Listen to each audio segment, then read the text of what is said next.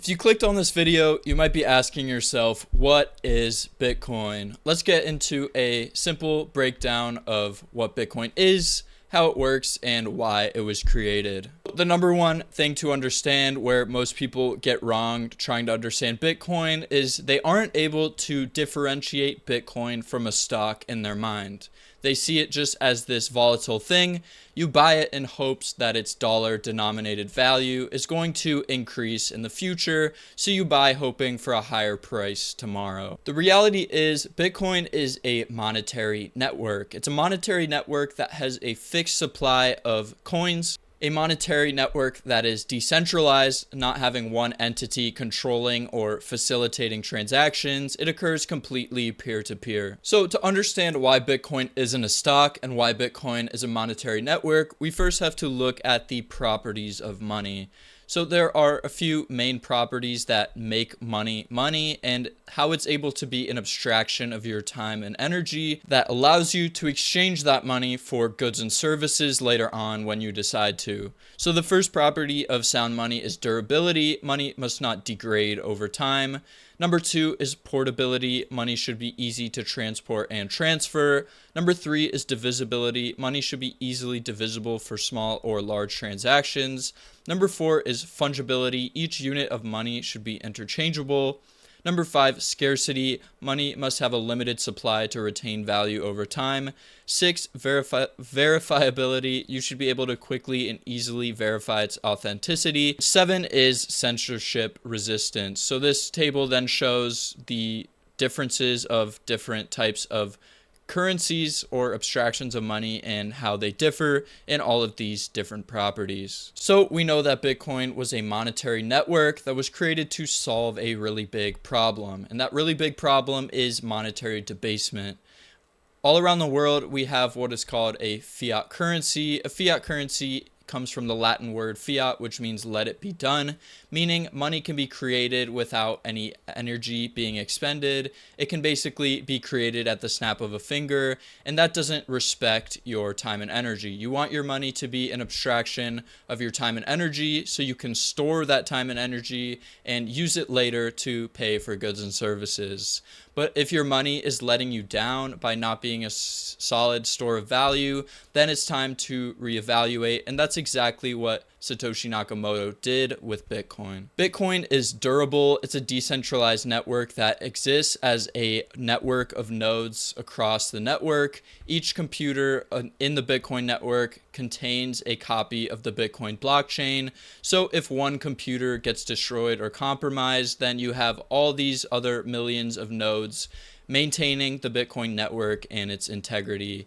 Then you have portability. Bitcoin is extremely portable. You can travel anywhere in the world with your Bitcoin on a digital device or with a seed phrase, a wallet recovery phrase. So you can basically travel the world with Bitcoin in your mind as long as you just remember your recovery phrase, which is pretty interesting.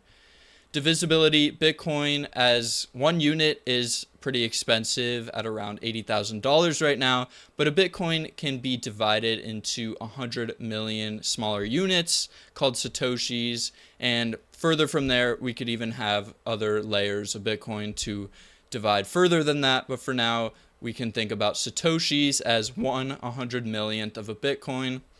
Then you have fungibility, meaning one Bitcoin is the same as every other Bitcoin. I'm not sure why AI decided to say improving for this one. Fungibility just means one Bitcoin is equal to another Bitcoin, or $1 is the same as any other dollar in existence. 1 ounce of gold is equal to every other ounce of gold in existence. So that's fungibility. And then you have the big one, which is scarcity. Like we said, Bitcoin has a max cap supply of 21 million coins. That's all that will ever exist.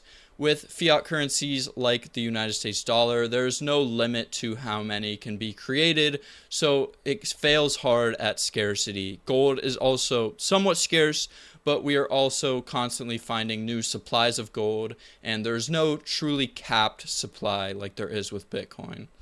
And then verifiability, every Bitcoin transaction is verified on the blockchain. You have validators and miners constantly auditing the blockchain to make sure no Bitcoin is double spent and there are no fraudulent transactions. Once all the nodes in the Bitcoin network verify that a transaction is legitimate, that Bitcoin transaction gets added into the newest block. And then once that block is ready to be mined with all these verified transactions, that block is mined and it is a part of the Bitcoin blockchain forever and ever. And then the next aspect is censorship resistance. So Bitcoin is censorship resistant. No one can control Bitcoin since it is completely peer-to-peer. An example of censorship money was back in 2021 or 2022. I forget the exact timeline, but there was protests in Canada involving some truckers. They were protesting something that happened with the government, and then the government seized the assets, seized the bank accounts of all the truckers involved in this protest. So that is an example of censorship money, right? The government can just choose to take off your access from your money, which is something that Bitcoin mitigates. So next time you see Bitcoin's price go up and down, price in dollars, just remember the fundamentals. Remember that Bitcoin is a monetary network, and you at this very moment have the opportunity to adopt this monetary network and buy a portion of the supply, a portion of a finite supply, and you have the opportunity to do that before 99% of your peers wake up to what this technology is. If you'd like to get yourself some Bitcoin, my personal recommendation is River. They are a great Bitcoin-only company, Bitcoin exchange, and they also offer a proof of reserves feature wherein they prove that they own all the Bitcoin that they say they do on the blockchain. You can check their addresses, and that verifies that they aren't lending out your Bitcoin to someone else, which is how other Bitcoin exchanges have failed in the past. Leave a comment down below with any comments or questions. Leave a like and subscribe, as that helps out the channel a ton. And as always, together, let's work, save, and build a better future with Bitcoin. See you in the next video.